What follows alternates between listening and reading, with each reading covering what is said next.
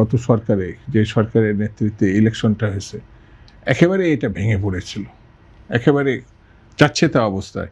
Mob শব্দটাও আমরা ওই সময় বেশ আলোচনার একটা বিষয় হয়েছে। তো সেই জায়গা থেকে কিন্তু আপনি বেশ কিছুটা হলো আপনি একটা স্বস্তির জায়গায় এসছে।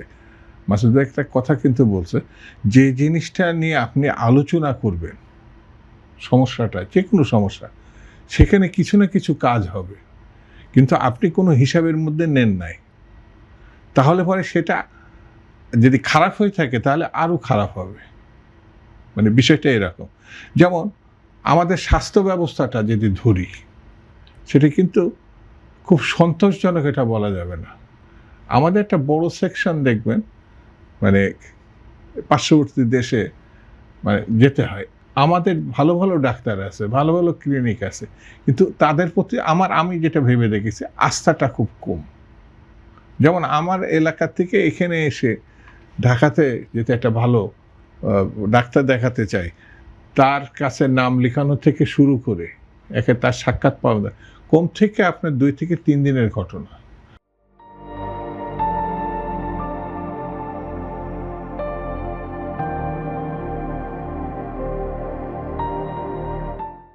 তো তার যদি এখানে এসে চিকিৎসাটা নিতে হয়, তাহলে হোটেলে থেকে থাকা, অনেকের তো আত্মীয় স্বজনও নাই, থাকার জায়গাও নাই, স্বাভাবিক কারণে যে খরচটা সেটা আবার পার্শ্ববর্তী দেশে যদি আমি যেটা শুনেছি মানে গরিব মানুষ বিশেষত কোনো না কোনোভাবে ম্যানেজ করে তারা কলকাতায় সকাল ভোরে বেরিয়ে আবার সন্ধ্যার মধ্যে ফিরে আসে, যারা সীমান্তবর্তী অঞ্চলের কথা বলছে।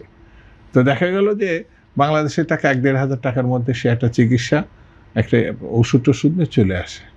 আর এখানে আমার কাছে এটা ডাক্তাররা ভালো বলতে পারবেন যে এই সহজীকরণটা কেন সম্ভব হচ্ছে না।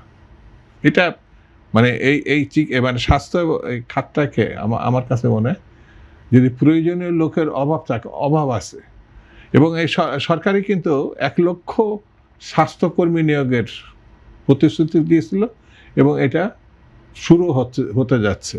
তো এই সব ক্ষেত্রে যদি আমরা কিছু মানে সরকার উদ্যোগ নিয়েছে, এই যে হার্টের রিং, চোখের লেন্স, ডায়ালিসিস, এটাকে মানে করে এই উদ্যোগগুলো জনগণ একদম আমরা যদি বলি একদম গ্রাম পর্যন্ত পৌঁছে দেওয়া, কতটুকু পৌঁছে দেওয়া হয়েছে, গ্রাম পর্যন্ত তথ্যগুলো কতটুকুই বা জনগণ জানে? না এটা উদ্যোগ নেওয়া হয়েছে, তার মানে এখনই সবটা হয়েছে এটা বলা ঠিক হবে না।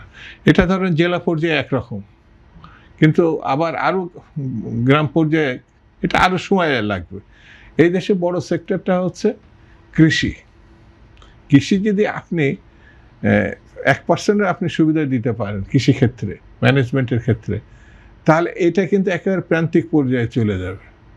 ঠিক আমাদের সরকার কিন্তু এই 26-27 অর্থ বছরে 9 লাখ মানে 38,000 কোটি টাকার বাজেট ঘোষণা করছে, তার ভিতরে উল্লেখযোগ্য দিক আছে কৃষি।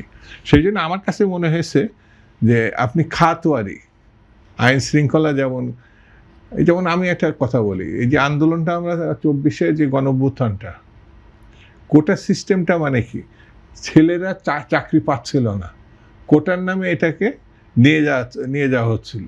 বিশেষ একটি দল, ছাত্রলীগই বলি, আওয়ামী লীগে বলি, কোটার মাধ্যমে তারা মুক্তিযোদ্ধার নামে ওই দলভুক্ত সব নিয়ে এখান থেকে তো বিক্ষোভটা শুরু হলো এবং চূড়ান্তভাবে গণঅভ্যুত্থানটা হলো। অর্থাৎ আপনি 6 মাস, তো আরও 6 মাসের ভিতর যদি 1 বছরে 1 কোটি টার্গেট আছে এই আমাদের বিএনপি সরকারের, সেটা যদি 50 লাখও সম্ভব হয়, তাহলেও কিন্তু বহু ছেলে এই ছাপ কিন্তু গ্রাম পর্যায়ে চলে যাবে। পিএসসিতে যদি মানে সত্যিকারের মেধাবী ছেলেটাই বা মেয়েটাই গিয়ে চাকরিটা পায়, তাহলে পরে এটা পজিটিভ। তো এই উদ্যোগগুলো কিন্তু ইতিমধ্যে শুরু হয়েছে।